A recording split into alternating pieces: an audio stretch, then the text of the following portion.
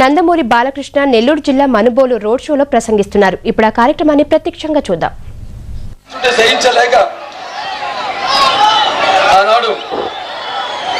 మీకోసం తన కన్నబిడ్డలు ఆదరిస్తున్న సినిమా పరిశ్రమకు వీడ్కోలు చెప్పి న్యాయం చేయడానికి కోసం ముందుకు వచ్చిన తెలుగు సింహం అన్న ఎన్టీఆర్.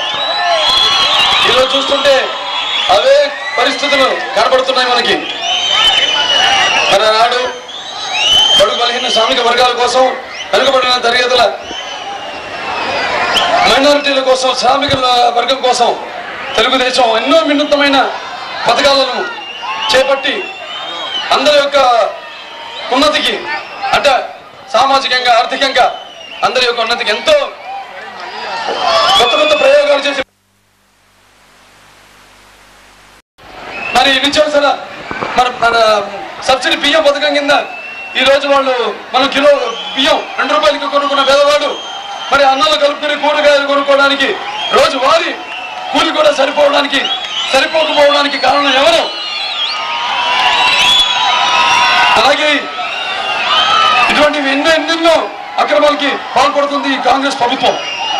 చివరికి మీకు 1 సెంటు భూమి కూడా మిగలకుండా చేస్తుంది ఈ ప్రభుత్వం, కాంగ్రెస్ ప్రభుత్వం.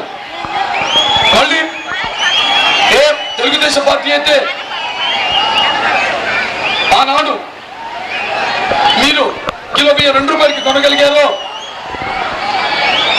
ఎలాగైతే ఆడవాళ్ళు ప్రశాంతంగా హాయిగా జీవించగలిగారో, ఎలాగైతే బడుగు బలహీన వర్గాల వాళ్ళు అధికార పీఠాన్ని ఎక్కగలిగారో, మళ్ళీ ఆ పార్టీ గెలిపించే బాధ్యత మీ ప్రతి ఒక్కరిపై ఉంది. మీకు మీ హక్కులను మీరు పొందడానికి,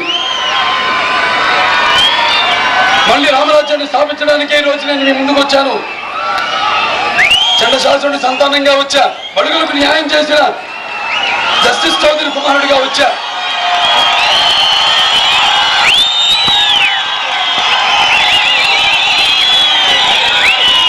నేరస్తులను గడగడలాడించిన కొండవీటి సింహం కొడుకుగా వచ్చా. మతవాదులను వేటాడిన బొబ్బులి పులి బిడ్డగా వచ్చా. మీకు నేనంతా అడుగడుగులో ఉంటా.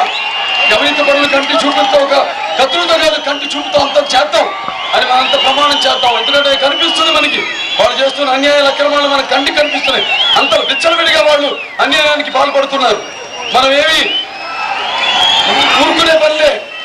ఇక ఈ రానున్న ఎన్నికల్లో మనం ఈ ఓటు అనే ఆయుధంతో కాంగ్రెస్ ను ఓడించి మనకు కావాల్సిన సుస్థిరమైన, మన కోసం అనిశం పాటుపడే ప్రభుత్వాన్ని మనం ఏర్పరచుకోవాల్సిన సమయం ఆసన్నమైంది.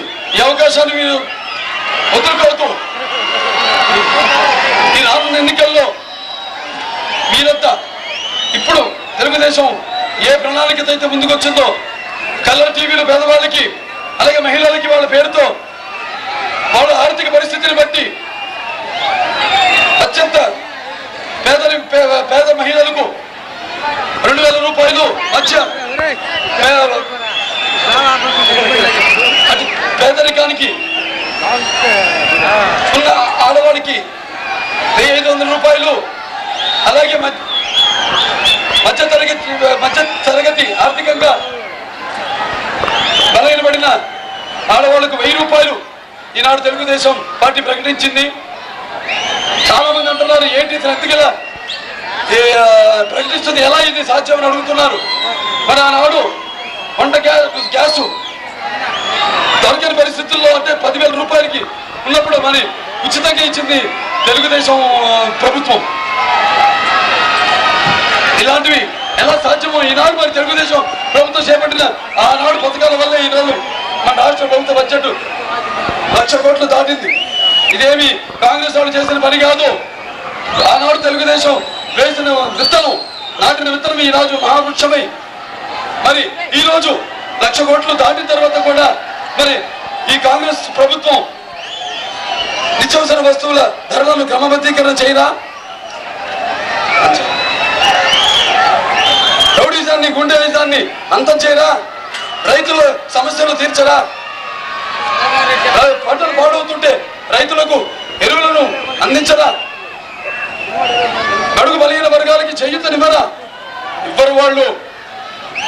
వీళ్ళని అమాయకులు చేసి దోచుకోవడమే వాళ్ళ లక్ష్యంగా పెట్టుకున్నారు. ఈ రానున్న ఎన్నికల్లో